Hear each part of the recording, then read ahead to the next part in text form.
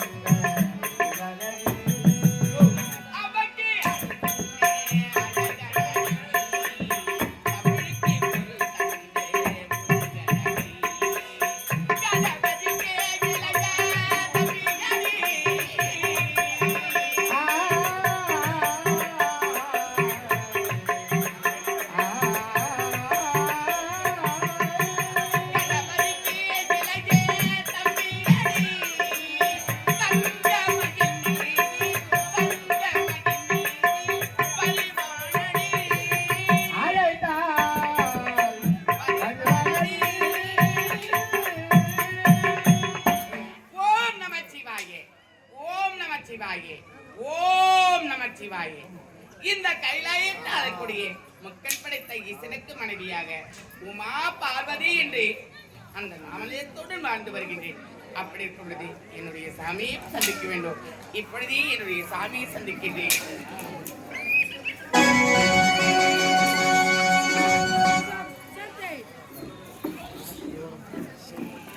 தென்பழனி மலையூரும் தெள்ளித்தமிழிசை பாடும் சிந்தூர கடலோரும் வீரோடு மயிலாடும் தென்பழனி மலையூரும்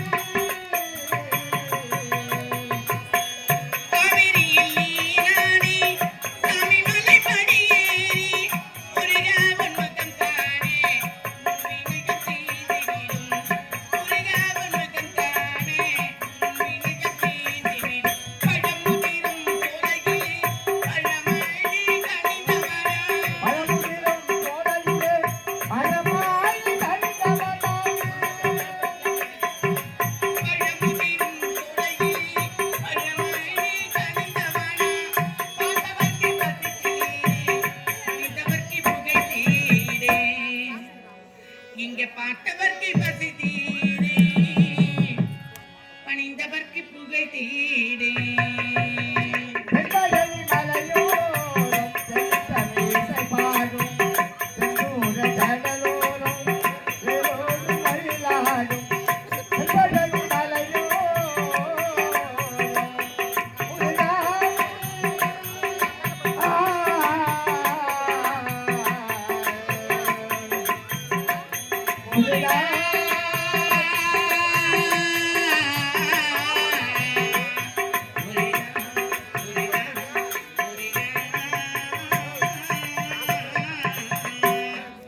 இப்பொழுது என்னுடைய நாதனை சந்திக்க வேண்டும் சுவாமி.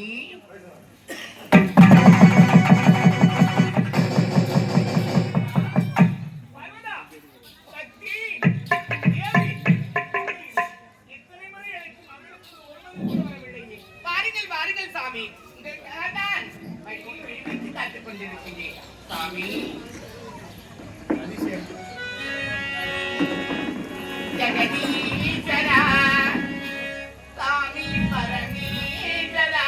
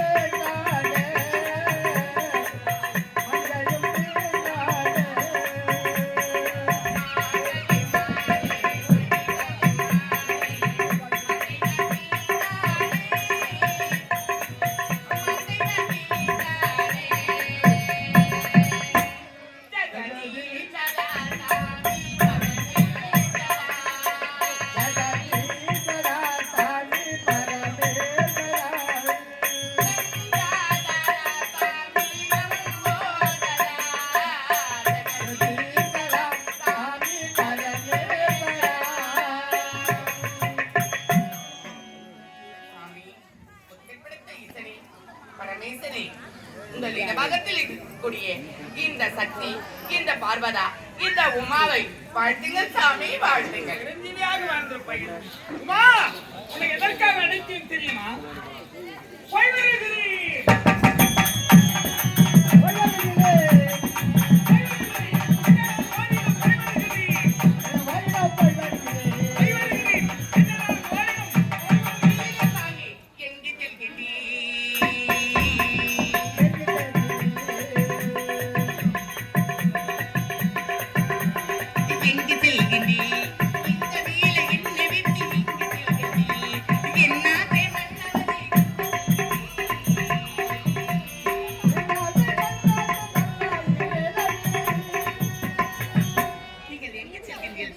உமா, போகும் பொழுது எங்கு செல்கிறேன் என்று கேட்கின்றேனே.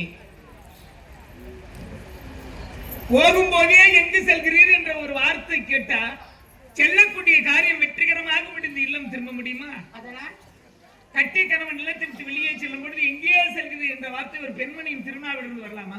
நீ ஏன் இப்பேற்பட்ட வார்த்தையை விரைவினால் உன்னை பார்த்து இந்த பாமர மக்கள் எல்லாம் பின்பற்ற மாட்டார்களா? நான் கேட்டது தவறாகிவிட்டதா உங்களுக்கு? சாமி, நீங்கள் செல்லும் இடம் இந்த இடத்திலே சென்றுவிட்டு பார்வதா இதோ வருகிறேன் என்று சொல்லிவிட்டு சென்றால் சற்று நேரம் மனம் ஆறுதலோடு சந்தோஷத்தோடு தன்னுடைய கணவர் வந்து விடுவார் என்று மன நிம்மதியோடு இருப்பாள் அல்லவா? இடத்தை குறிப்பிடவில்லை எனில் விரைவாக இல்லம் திரும்புங்கள் என்று உரைக்க வேண்டும். வேண்டுமே தவிர எங்கே செல்கிறீர்கள் என்ற வார்த்தை ஒரு பெண்மணியின் திருநாவிலிருந்து வரக்கூடாது. சரி, இதுவே முதலும் கடைசியாக இருக்கட்டும். இப்போது நான் எங்கே செல்கிறேன் தெரியுமா? என் கடமை என்ன? கல்லுக்குள் இருக்கும் தேரைக்கும் கருவுக்குள் இருக்கும் சிசுவுக்கும் படியறக்கக்கூடிய பரமன் அல்லவா? ஆகையா என்னுடைய கடமையை செய்ய வேண்டும் என்பதற்காக புறப்பட்டு விட்டேன். இன்றைய தினத்திலே படியளக்க வேண்டும் என்று நீங்கள் செல்கின்றீர்கள். உண்மை. ஆனால் இன்று போகும் இடத்திலே நான் எங்க போறேன் என்று கேட்டுவிட்டேன். தவறுதான், மன்னிக்க வேண்டும் சாமி. சாமி, நேற்று தினம் அனைத்து ஜீவராசிக்கு படியளந்து விட்டீர்களா? இதில் என்ன ஐயம்? அனைத்து ஜீவராசிகளுக்கும் படியளக்க வேண்டியதுதானே என்னுடைய கடமை. அப்படி அனைத்து ஜீவராசிகளுக்கும் தவறாது படியளந்து விட்டேன். அனைத்து ஜீவராசிக்கு நீங்கள் படியளந்து விட்டீர்கள். இதுல எது மாற்றம் ஏதும் கிடையாது. இதில் என்ன மாற்றம் இருக்கிறது? மாற்றம் ஏதும் கிடையாது. அனைத்து ஜீவராசிகளுக்கும் படியளந்து விட்டேன். நிச்சயமாகவா? நிச்சயமாக, சத்தியமாக, உத்தமமாக, சத்தியமாக. அப்படியா சாமி? எனக்கு சந்தேகமாக இருக்கின்றது. ஒரு ஜீவராசிக்கு நீங்கள் படியளக்கவில்லை என்று எனக்கு சந்தேகமாக இருக்கிறது. ஆனால் நீங்கள் சத்தியமாக, உத்தமாக, நான் நிச்சயமாக நான் படியளந்து விட்டு அனைத்து ஜீவராசிக்கு படியளந்து விட்டேன் என்று தாங்கள் உரைக்கின்றீர்களே, அதுதான் சந்தேகமாக இருக்கின்றது. சந்தேகம் என்பது மனதிற்குள்ளாக வந்துவிட்டால் மனதிற்குள்ளே இருக்கக்கூடிய மகிழ்ச்சி என்பது வெளியே சென்றுவிடும். உன்னுடைய சந்தேகம் என்னன்னு சொல்லு. அந்த ஜீவராசிக்கு நான் படியளக்கவில்லை, அதுதான் உன்னுடைய சந்தேகம் அல்லவா? உன் சந்தேகத்தை தீர்க்கிறேன். திறந்து வா, உனக்கு புரியும். ஓஹோ, கல்லுக்குள் இருக்கும் தேரைக்கும் கருவிலே இருக்கிற சிசுக்கும் அனைத்து ஜீவராசிக்கும் படியளந்து விட்டேன் என்று தாங்கள் உரைக்கின்றீர்கள். நீங்கள் அளக்கவில்லை என்று இப்பொழுது நான் உரைக்கின்றேன். நிச்சயமாக பார்வதா, நான் அளந்து விட்டேன், அனைத்து ஜீவராசிக்கு நான் படியளந்து விட்டேன் என்று தாங்கள் உரைக்கின்றீர்களே, நான் உங்களை இப்பொழுது நான் சோதித்து பார்க்கின்றேன். நீங்கள் படி அளக்கவில்லை என்று சொன்னேன், ஆனால் நான் படி அளந்து விட்டேன் என்று உரைக்கின்றீர்கள். பார்க்கின்றேன். இதோ இருக்கின்றத பார்த்தாயா? என்னுடைய கருத்துல என்ன இருக்கின்றது? ஒரு தங்கை பேழை இருக்கின்றது. இந்த தங்கை பேழையிலே அதன் உள்ளே என்ன இருக்கின்றது தெரியுமா? ஒரு சிறிய எறும்பு இருக்கின்றது. அந்த சிறிய எறும்புக்கு நீங்கள் படி அளக்கவில்லை என்று தான் உரைத்தேன், ஆனால் நான் அளந்து விட்டேன் என்று தாங்கள் உரைத்துக் கொண்டிருக்கின்றீர்கள். இதோ பார்க்கின்றேன்.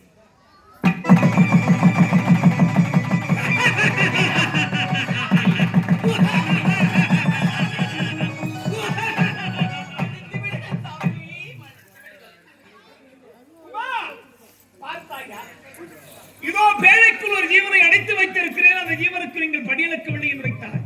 அந்த ஜீவனுக்கும் இந்த படியளக்கக்கூடிய பரமன் படியளந்திருக்கிறேன் என்று இப்போது புரிகிறதா? சாமி, பின்புத்தி என்று சொல்வார்கள்.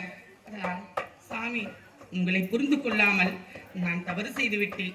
நீங்கள் ஜீவராசிக்கு நான் அழைத்து வைத்த அந்த ஜீவராசிக்கு படியளிக்கவில்லை என்று உங்களையே நான் சோதித்து பார்த்து விட்டேன். சோதனைப்படுத்துவதும் சோதனைக்குள்ளாக்குவதும் இந்த சிவனுடைய விளக்கம். ஆனால் இந்த சிவனையே சோதனைக்குள்ளாக்கியிருக்கிறாய். அதனால் எப்போது ஆர்வம் கொண்டு எப்பொழுது இந்த சிவபெருமானுடைய படைப்பின் மீதோ என்னுடைய தொழிலின் மீதோ நீ சந்தேகப்பட்டாயோ, இந்த உலகத்திலே இந்த சிவம்தான் உயர்ந்தது என்பது அனைவருக்கும் தெரியும்.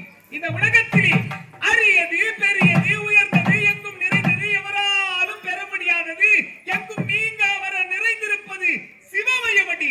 அப்பேற்பட்ட சிவத்தையே துச்சமென நினைத்து, சிவனை துச்சமாக நினைத்து என்னையே பரிசோதித்து விட்டாய். எப்படி என்னை பரிசோதித்து விட்டாயோ, இனி முதற்கொண்டு என் இடபாகத்திலே உனக்கு இடம் கிடையாது. உங்களுடைய இடபாகத்தில் எனக்கு இடம் கிடையாதா? சாமி, ஏதோ நான் தவறு செய்து விட்டேன், மன்னித்து விடுங்கள் என்று கேட்ட பொழுது, சரி, ஏதோ பெண் புத்தி ஏதோ தவறு செய்து விட்டாள் என்று அவளை மன்னித்து இடபாகத்தில் கொடுக்காமல் எனக்கு இடபாகம் இல்லை என்று தாங்கள் உரைத்து விட்டு செல்கின்றது. சாமி, இந்த உலகத்திலே அறிந்தது, தெரிந்தது, புரிந்தது அனைத்திலும் சிறந்தவர் இந்த சிவனே உயர்ந்தவர். இதில் என்ன சந்தேகம் இருக்கிறது? அனைவரும் அறிந்தது சிவமே உயர்ந்தது, சிவமே சிறந்தது, சிவமே உயர்ந்தது. இதில் என்ன தெரிகின்றது?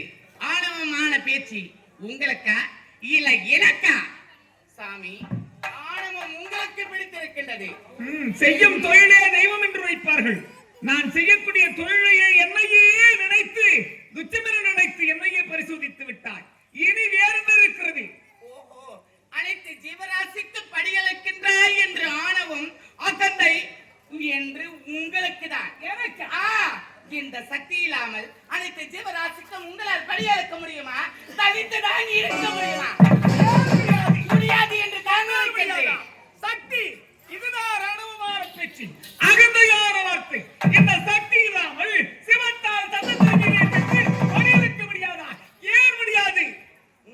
இந்த சக்தியை இழந்து இந்த சிவம் மட்டுமே தனித்து இயங்கி இந்த உலகத்திலே உள்ள அனைத்து ஜீவராசிகளுக்கும் 84 லட்சம் ஜீவன்களுக்கும் இந்த பரமன் படையெடுத்து இந்த சக்தி இல்லாமல் தனித்து உங்களால் அனைத்து ஜீவராசிக்கும் படியளந்து விட்டு வருவீர்கள்.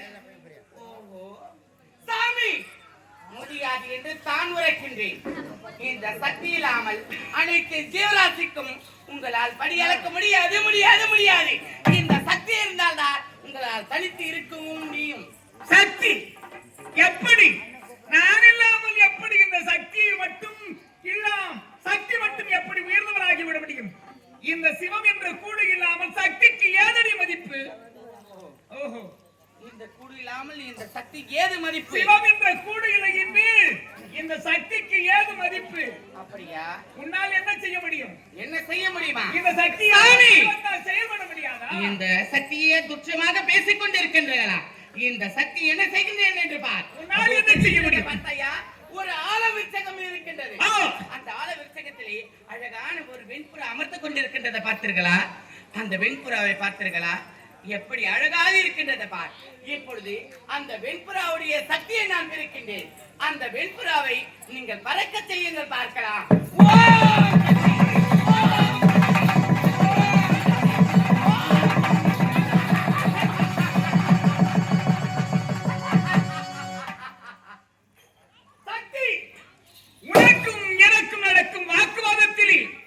ஒரு பட்சியினுடைய உயிரை பிரிப்பது மகா பாவம். தன் உயிரை விட துடிக்கும் அந்த பட்சிக்கு முதலிலே உயிர் கொடு, பிறகு நம் வாதத்தை வைத்துக் கொள்ளலாம். வாதத்தை வைத்துக் கொள்ளலாமா? சாமி, நீங்கள் தானே சற்று நேரத்திற்கு முன்ன என்ன உரைத்தீர்கள்? இந்த சக்தி இல்லாமல் தனித்து அனைத்து ஜீவராசிக்கும் படியளக்க முடியும் அப்படி என்று தாங்கள் தானே உரைத்தீர்கள். இப்பொழுது இந்த சக்தி இல்லாமல் அனைத்து ஜீவராசிக்கு நீங்கள் படியலுங்கள், எங்கேயாவது செல்லுங்கள்.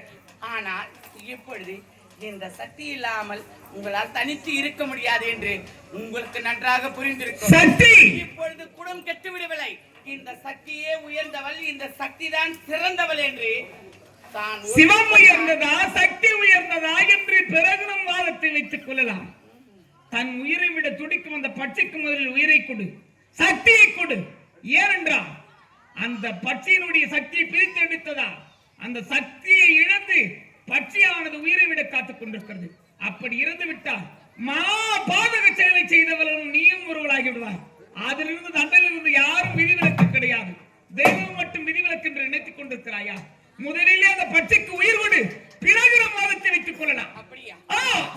சரி, தாங்கள் உரைக்கின்றீர்கள் என்று அந்த வெண்புறாவுக்கு அழகான சக்தியை கொடுக்கின்றேன். ஓம்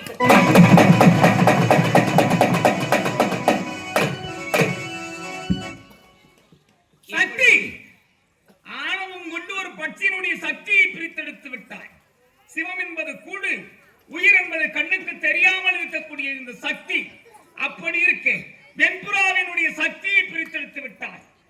நான் யார் என்பதை உனக்கு உணர்த்துகிறேன். நான் எப்பேற்பட்டவன் தெரியுமா? உலகத்தில் முதல் தெய்வம் நானே. சக்தி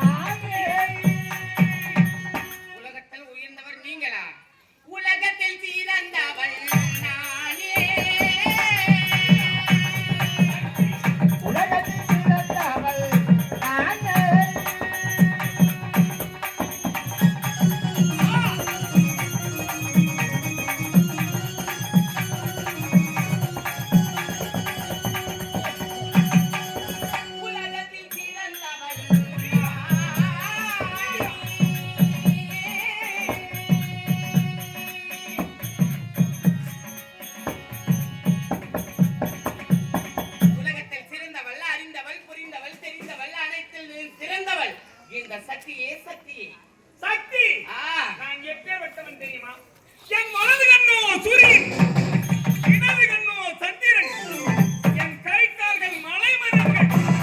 ஒரு கணம்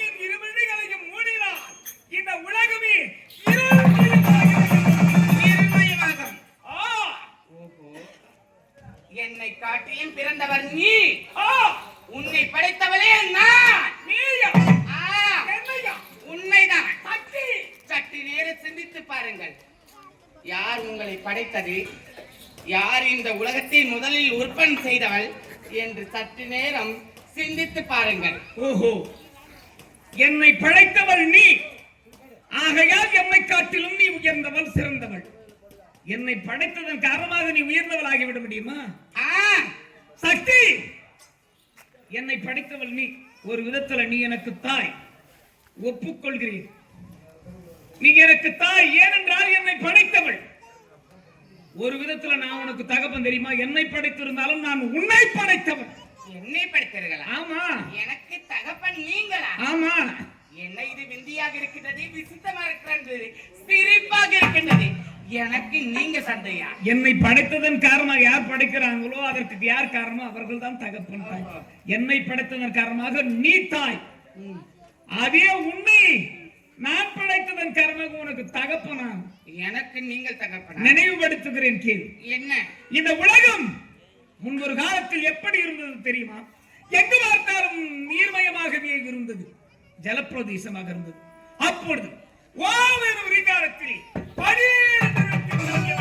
இந்த சக்தி அப்பொழுது சில பகுதி மேடுகளாகவும், சில பகுதி பள்ளங்களாகவும், சில பகுதி சமவெளிகளாகவும், மரங்கள், செடிகள், விலங்கினம், தாவரம், இப்படி உலகத்தில் உள்ள உலகமே உற்பணமானது. அப்பொழுது ஒரு அருவிலே ஜலமாகப்பட்டது எப்படி உருண்டோடிக் கொண்டிருந்தது, அதை போலவே பாசிகள் இரண்டும் உருண்டோடிக் கொண்டிருந்தது. உற்று நோக்கி பார்த்தாய், உன் பார்வையில் மந்திர சக்தி நிறைந்திருந்ததன் காரணமாக அந்த இரண்டு பாசிகளும் இரண்டு பாம்புகளாகவே மாறிவிட்டது. பிறகு அந்த இரண்டு பாம்பினும் புணர்ச்சி செய்ய ஆரம்பித்து விட்டது. நம் பார்வை பட்டு பிறந்த இந்த பாம்பினமை புணர்ச்சி செய்கிறது. நமக்கு ஒரு துணை இல்லையே என்று உனக்கு காமாசை அதிகரித்து விட்டது. அப்போது என்ன செய்தாய்? நமக்கு ஒரு துணை வேண்டும், இந்த உலகத்தையே உற்பத்தி செய்ய வேண்டும் என்று நினைத்து அதே ஆற்றங்கரையில் அமர்ந்து ஒரு பிடி மணலை எடுத்து ஓமெனும் பிரணவ மந்திரத்தை உச்சரிப்பு செய்து ஒரு உருவத்தை படைத்து அந்த உருவத்திற்கு உயிர் கொடுத்தாய். அந்த உருவம் உன்னை பார்த்தவுடனே அம்மா வென்றழைத்தது. அம்மா வென்றழைக்கிறது. இந்த பிள்ளை யார்? இந்த பிள்ளை யார்? இந்த பிள்ளை யார் என்ற கேள்வியை முன்வைத்தாய். இன்றைக்கு பாமர மக்கள் எல்லாம் எழுத்தாக இருந்தால் பிள்ளையார் சுழி, மணலாலும் மஞ்சளாலும், தீயதாக இருந்தாலும் நல்லதாக இருந்தாலும் மஞ்சளாலும் மணலாலும் சந்தனத்தாலும் சாணத்தாலும் பிள்ளையாராக பிடித்து சிறிது அருகம்பள்ளி சொருகி பிள்ளையாராக விநாயக பெருமானாக அனைவரும் வணங்கிக் கொண்டிருக்கிறார்களே. மூல முதற் பொருள் அப்பேற்பட்டவன். அம்மா என்று நடக்கிறது, இவனோடு ஒன்று சேர முடியாது என்பதற்காக மகனை ஒரு புறமாக அமர்த்தி வைத்து விட்டாய். மீண்டும் ஒரு பிடி மணலை எடுத்து ஓவேறும் பிரணவ மந்திரத்தை உச்சரிப்பு செய்து ஒரு உருவத்தை படைத்தாய். அந்த உருவம் உன்னை பார்த்தவுடனே தங்காவென்று அழைத்தது. தங்காவென்று அழைக்கிறது. இந்த உருவம் தரணியெங்கிலும் புகை பெற வேண்டும் என்பதற்காக அந்த உருவத்தை ஒருபுறமாக அமர்த்தி விட்டாய். அது யார் தெரியுமா? இன்றைக்கு பாமர மக்கள் எல்லாம் ஆயவன், மதுசூதனன், பாண்டுரங்கன், வைகுந்த வாசன் என்று அனைவரும் கோவிந்தனாக தொழுது கொண்டிருக்கிறார்களே. அப்பேற்பட்ட கோவிந்தனை, நாராயணனை ஒருபுறமாக அமர்த்தி வைத்து விட்டாய். அண்ணனோடு ஒன்று சேர முடியாது என்பதற்காக. பிறகு மீண்டும் ஒரு பிடி மணலை எடுத்து ஓவினம் பிரணவ மந்திரத்தை உச்சரிப்பு செய்து ஒரு உருவத்தை படைத்தாய். அந்த உருவமோ உன்னை பார்த்தவுடனே பெண்ணே என்று அழைத்தது. இந்த உருவம் தான் நாம் சேர்வதற்கு தகுதியான உருவம் என்று சொல்லி கட்டியனுக்கு முற்பட்டாய். அந்த உருவம் உன்னை தடுத்து நிறுத்தியது. பெண்ணே, நீ யார்? என்னை படைத்தவள். நான் யார்? உன்னால் படைக்கப்பட்டவள். அப்படி இருக்க உன்னோடு ஒன்று சேர முடியாது என்று வைத்தது. உன் நெற்றியிலே இருக்கக்கூடிய நெற்றிக்கண்ணை பெயர்த்தடி எனக்கு கொடுத்தாயே, ஆனால் ஒன்று சேரலாம் என்று உழைக்க நீயோ காமத்தின் காரணமாக, காம ஆசையின் காரணமாக உன் நெற்றியிலே இருக்கக்கூடிய நெற்றிக்கண்ணை பெயர்த்தெடுத்து அந்த உருவத்திற்கு கொடுத்தாய். உன் நெற்றிக்கண்ணை பெயர்த்தெடுத்த இடத்திலிருந்து உதிரமாகப்பட்டது ஆறாக பெடுத்தெடுத்து ஓட ஆரம்பித்து விட்டது. எதிரே நின்று கொண்ட உருவமோ ஒரு சிட்டிக்கு மணலை வைத்து உன் நெற்றியிலே வைத்து அழுத்தியது. உதிரமானது நின்றது. உன் நெற்றிக்கண்ணை பெயர்த்தெடுத்தாய் அல்லவா? அந்த உதிரப்போக்கை நிறுத்துவதற்காக ஒரு சிட்டிக்கு மணலை வைத்து அழுத்தியதன் காரணமாக உதிரம் நின்றது. இன்றைக்கு மங்கையர்கள் எல்லாம் சூடிக்கொண்டிருக்கிறார்களே திலகம், குங்குமம், அந்த இடம் தான் நெற்றிக்கண்ணை வைத்து ஒரு சிட்டிக்கு மணலை வைத்து அழுத்தியதன் காரணமாக உருவானதுதான் இன்றைக்கு மங்கையர்கள் எல்லாம் சூடக்கூடிய திலகம். பிறகு நெற்றியிலே நின்ற உதிரமானது உச்சியின் வழியாக வர ஆரம்பித்துவிட்டது. இன்று பிறக்கக்கூடியவர்களுக்கும் பெரியவர்களுக்கும் உச்சி பொடுக்கு இருக்கிறது. ஒரு சிட்டிக்கு மணலை வைத்து அழுத்தியது அந்த உருவம் உச்சியின் வழியே வந்த உதிரமானது நின்றது. உச்சி பொடுக்கு வர்றதுக்கு காரணம் யாரு? உன்னால் ஏற்பட்டது. பிறக்கக்கூடியவர்களும் பெரியவருக்கும் உச்சி பொடுக்கிறது. உச்சியிலே நின்ற உதிரம் நின்றது. பிறகு யோனியின் மார்க்கமாக வர ஆரம்பித்து விட்டது. இன்றைக்கு மங்கையர்கள் எல்லாம் 3 நாள் 5 நாள் 7 நாள் என்று மாதவிடாய் அனுபவித்துக் கொண்டிருக்கிறார்கள். அதற்கு காரணம் நீதான். பெண்ணே, இப்போது உன்னோடு ஒன்று சேர முடியாது. 7 தினங்கள் கழித்து வா, உன்னோடு ஒன்று சேரலாம், இந்த உலகத்தை உற்பத்தி செய்யலாம் என்று உரைக்க 7 தினங்கள் கழித்து இருந்து ஓட்டோட்டமாக ஓடி வந்தாய். உலகத்தை உற்பத்தி செய்யலாம் வா என்று அழைத்தாய். அந்த உருவம் என்ன கேட்டது தெரியுமா?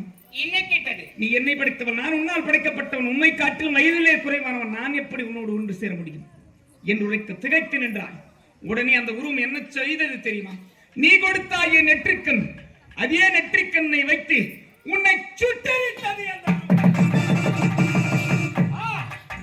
சுட்டரித்த சாம்பலானது மலை போல் குவிந்து விட்டது.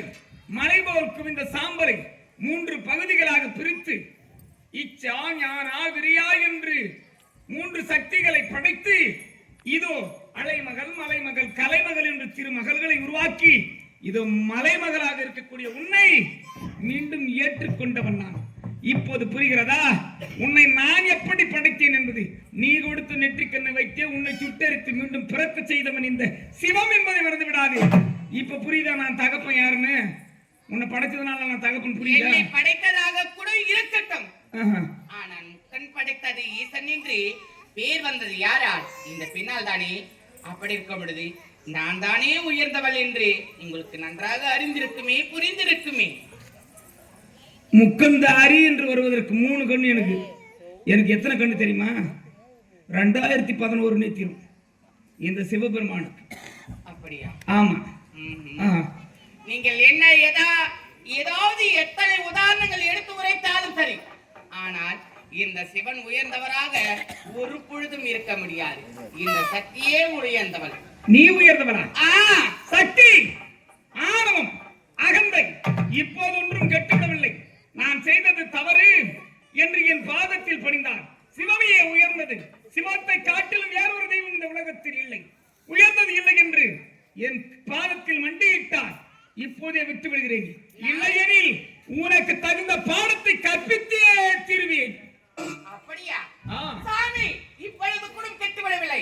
இந்த சக்தி தான் உயர்ந்தவள் என்று தாங்கள் ஒற்றுக்கொண்டால் சாமி, நான் உங்கள் பாதத்தில் விழுந்து உங்களிடத்தில் மன்னிப்பு நான் கேட்கின்றேன்.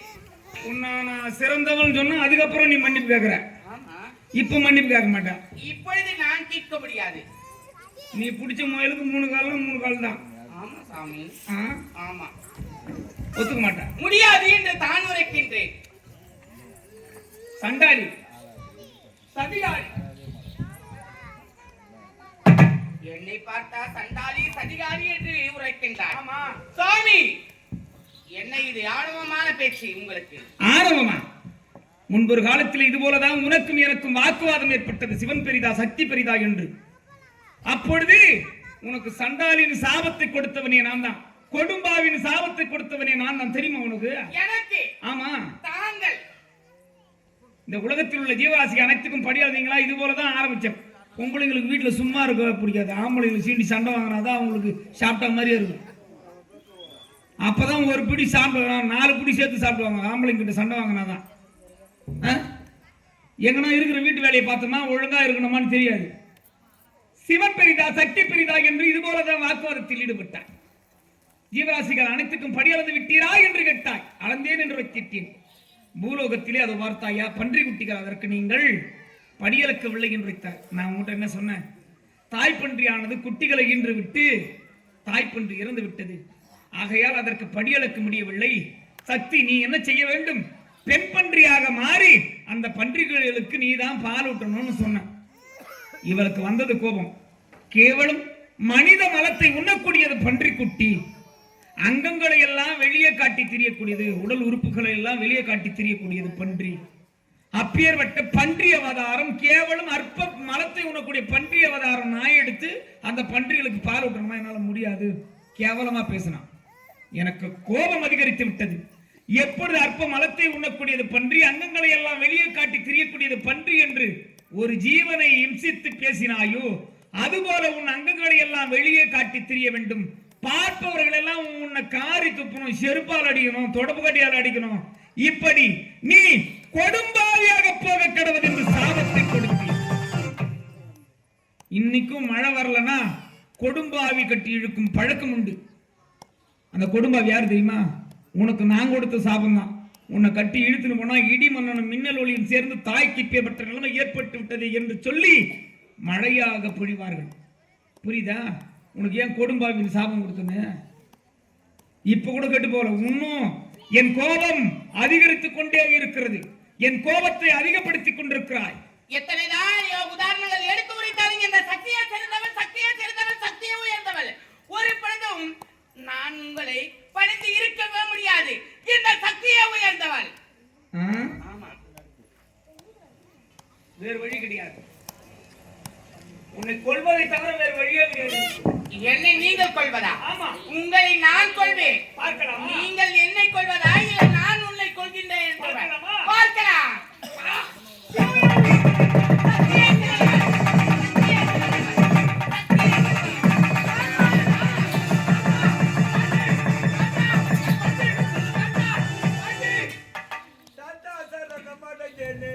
உங்களை பார்த்தால்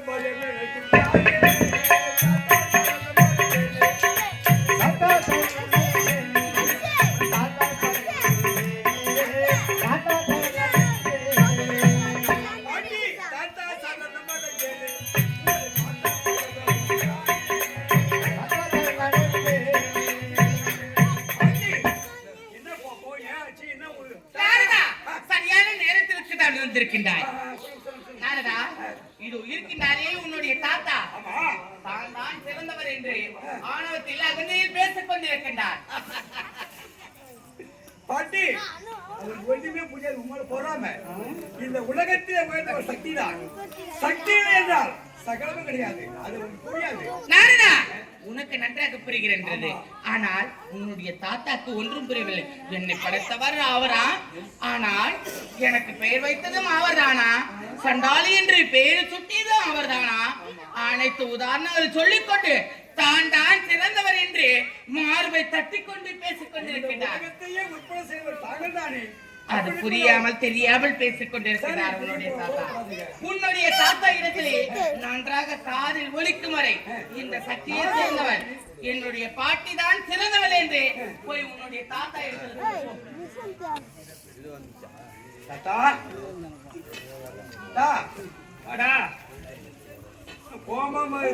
தெரிந்து நீ கால் வச்ச இடம் எல்லாம் கலக்கும். நீ போன இடம் எந்த இடம் உருப்பட்டு இருக்கு? இது வரைக்கும் எந்த இடம் தான் உருப்பட்டு இருக்கு? என் குடும்பத்தையே பிரிச்ச படுபாவிங்க. ஆமா, உங்க குடும்பத்தையா? என்னுடைய குடும்பத்தையே பிரிச்சவன் நீதான். எப்படி? ஏன்னா என் இளைய பிள்ளை, டேய் தம்பி, படுத்து தூங்க, தூக்கம் கூட விடு.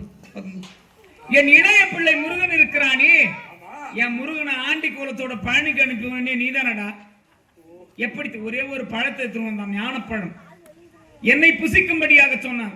சிவபெருமான் இடத்திலே ஆகிய என்னிடத்திலே கொண்டு வந்து இந்த பழத்தை நீங்க தான் புசிக்கணும்னு சொன்னான். விநாயகர் வேலவன் 2 பிள்ளைங்க இருக்கும் போது பெத்தவங்க சாப்பிட முடியுமா? பெத்தவங்களுடைய பண்பு அதுதான், மாண்பு அதுதான். பிள்ளைங்கள் இருக்கு, பெரியவங்க சாப்பிட மாட்டாங்க. பிள்ளைகள் இருக்கும்போது நாம சாப்பிடலாமா? அதனால பிள்ளைகளுக்கு கொடுக்கலாம் என்று பகிர்ந்து கொடுக்க நினைக்கும் போது அங்க என்ன சொன்னான் தெரியுமா? இதை பகிர்ந்து கொடுக்க கூடாது, யாருன்னா முழுசா சாப்பிட்டதான் பலன் உண்டு அப்படின்னு கலகத்தை வைத்தான். சரி, அப்பனா யாருக்கு கொடுப்பது? மூத்தவனுக்கா இளையவனுக்கா என்ற போது ஒரு போட்டியை வைத்து, இந்த உலகத்தை யார் சுற்றி வருகிறார்களோ அவருக்குத்தான் ஞானப்பழம். அப்படி இதோ ஒரு நொடியில் சுற்றி வருகிறேன் என்று சொல்லி மயில் மீது ஏறி உலகை சுற்றி வர முருகன் சென்று விட்டான். விநாயகன் பொறுத்திருந்து அங்கிருந்த தேவர், மூவர், கிண்ணற, கிம்புருடைய சித்தி வித்தியாதர் என்று சொல்லக்கூடிய தேவர்களை எல்லாம் அம்மையப்பன் என்றால் என்ன, உலகம் என்றால் என்ன என்று கேட்க அங்கிருந்த தேவர்கள் அனைவரும் அம்மையப்பன் தான் உலகம், அம்மா அப்பா தான் உலகம், உலகம் தான் அம்மா அப்பா. அம்மா அப்பாவை காலையில தினமும் எழுந்து வணங்கினா நம்ம கோயிலுக்கு போய் சாமி கும்பிடுங்கிற அவசியம் கிடையாது. உண்மை. அப்படி தாய் தகப்பன் தான் உலகம் என்று, அம்மையப்பன் உலகம் என்று அங்கிருக்க தேவர்கள் சொல்ல, அப்பா அம்மாவாகிய என்னையும் இதோ சக்தியும் சுற்றி வந்து ஞானப்பழத்தை பெற்றுக் கொண்டான் விநாயகம். பார்த்தா முருகன் வந்து, என்னப்பா அண்ணங்கிட்ட பழம் இருக்கு, வெற்றி கண்டவன் நான் தானே, அண்ணங்கடத்தில் நடந்ததை எடுத்து சொல்ல, மூத்த பிள்ளை தான் உங்களுக்கு செல்ல பிள்ளையா, இளைய பிள்ளை எடுப்பார் கைப்பிள்ளையா, இனி உங்களோடு இருக்க மாட்டேன், எனக்கென ஒரு மலை மக்கள் ஏற்படுத்தி கொண்டு தன்னந்தரிமையிலே வாழப்போகிறேன் என்று ஆண்டி கோலத்தோட பழனிக்கு போயிட்டான் என் பையன், இளைய பையன். அப்படி ஒரே ஒரு பழத்தை எடுத்துன்னு வந்து என் குடும்பத்தை நடுத்தெருவுல நிறுத்திய நீ இப்போ எங்களுக்கு புருஷன் பொண்டாட்டி சந்தையில நியாயத்தை சொல்ல வந்திருக்க. காரி கொஞ்சம் ஊருக்கு பெரிய மனுஷனா. அது போல டேய், என் குடும்பத்தை ஏற்கனவே பிரிச்சிருக்கிற, இது கணவன் மனைவி பிரச்சனை, நாங்க பாத்துக்கிறோம். இன்னும் என்ன அங்க பேச்சு? அன்னைக்கு நான் கொண்டு பழத்தை கொண்டு கொடுக்கணும் வச்சுக்க, இன்னைக்கு மலை மீது உட்காந்துக்கிறாரு உங்க புள்ள, என் மச்சான். நாட்டு மக்கள் அனைவரும் இங்கிருந்து போறாங்க ஒரு பாக்கத்துக்கு, அது என்னால்தான். ஓஹோ, ஆமா, தேர்வு போட வந்து என்னால்தான் இருக்கு. ஒரு வீடு உருவா இருக்காது, 6 பட வீட்டுல ஒரு வீடு உருவா இருக்காது. ஆமா, உன்னால உருவாச்சுன்னு சொல்றேன். சரி, இருந்தாலும் சக்திதான் பெரிது, சிவம் துச்சமென நினைத்து உரையாடி கொண்டிருக்கிறான். சக்திதான். அப்போ இந்த சிவத்தினுடைய தன்மையை அவளுக்கு புரிய வைக்க வேண்டும் அல்லவா? சிவம் தான் பெரியது என்பதை அவளுக்கு புரிய வைக்க வேண்டுமே. ஆனால் நீ போய் இந்த சிவத்தினுடைய பெருமையை சொல்லி அவளுக்கு புரிய வை. போ. உலகத்தையே சிறந்தது சிவன் தான். சிவமயமே. அப்படி சொல்லு. ஆமா, என்ன உரைத்து விட்டாயா? என்ன தடுமாற்றம்? சொன்ன கோபம் குறையில தாத்தாவுக்கு எப்படி பொண்ணு புரியலையே. அப்படிதான் சொல்லவில்லை. உலகத்திலே ஒரு சக்தி தான் பாட்டி, இது யாரும் மாற்ற முடியாது. தாத்தா, சக்தி யுசிவனு ஒல்தா சேந்தா சகலமும் உள்ளாது.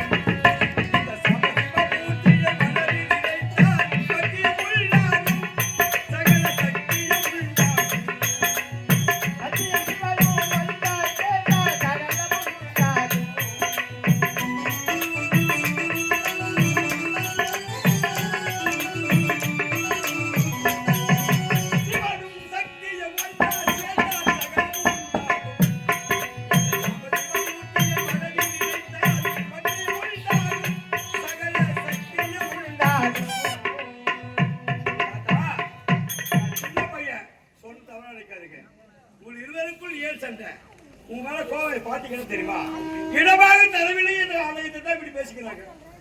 அப்படி? ஆமா, இடவாகம் கொடுக்கவில்லை என்பதற்காக இவ்வளவு சண்டையா? ஆமா, எல்லா குடும்பத்திலும் இதனாலதான் சண்டை வருதா? விட்டு கொடுத்தவன் கெட்டு போறது கிடையாது.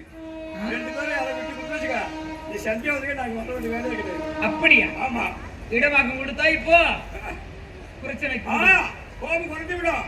அப்ப உங்களே வழங்க வைப்பாரு. அப்படியா? சரி, ஆகட்டும்.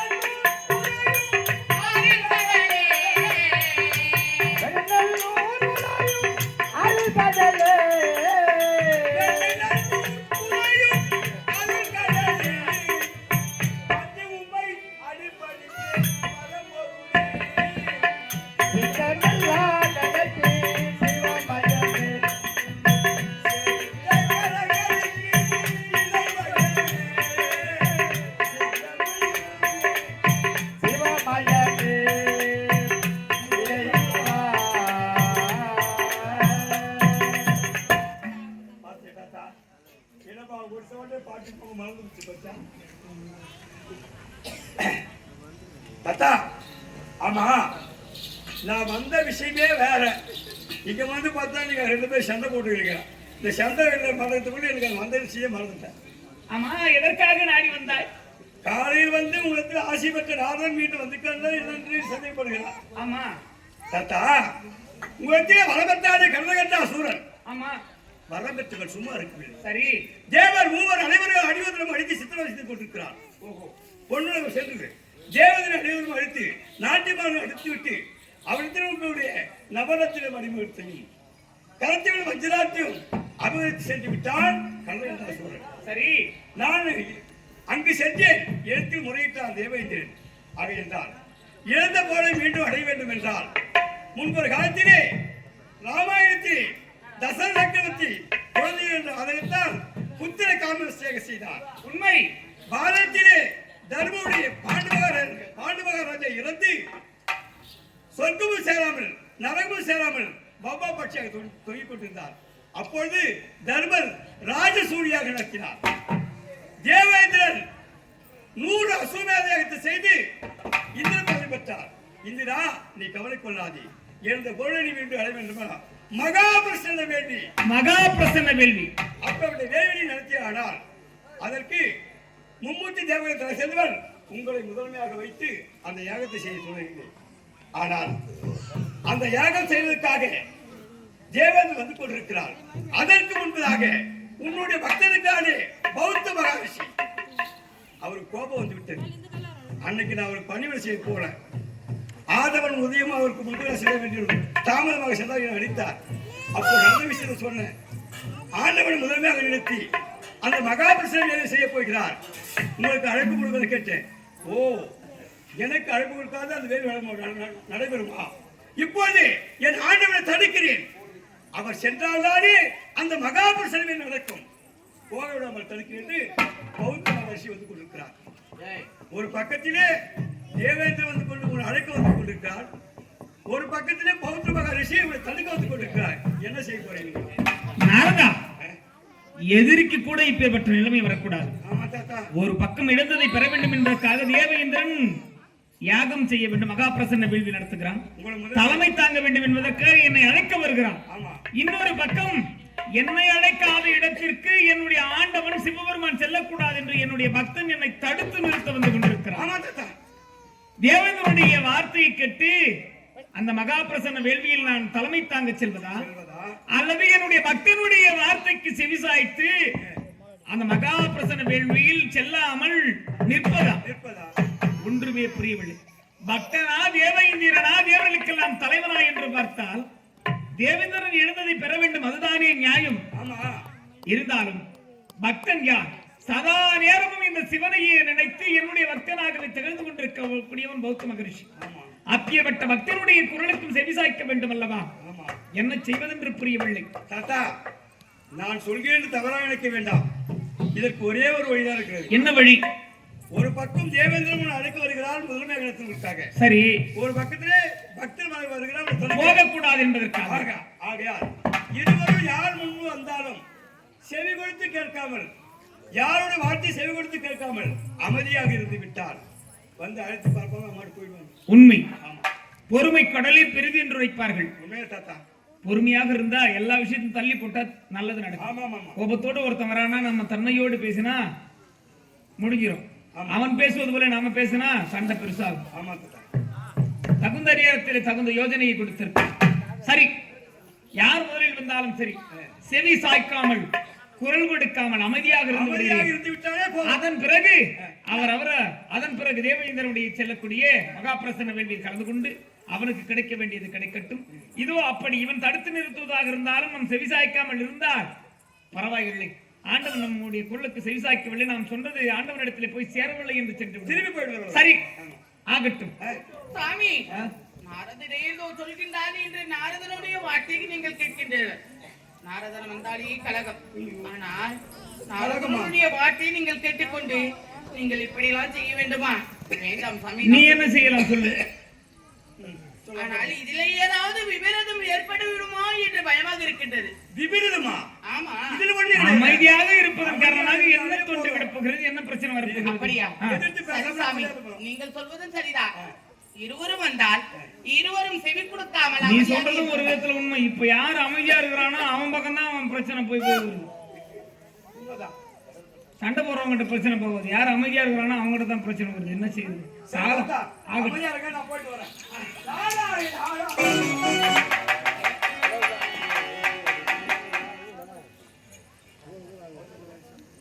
உனக்கு மட்டும் ரகசியம்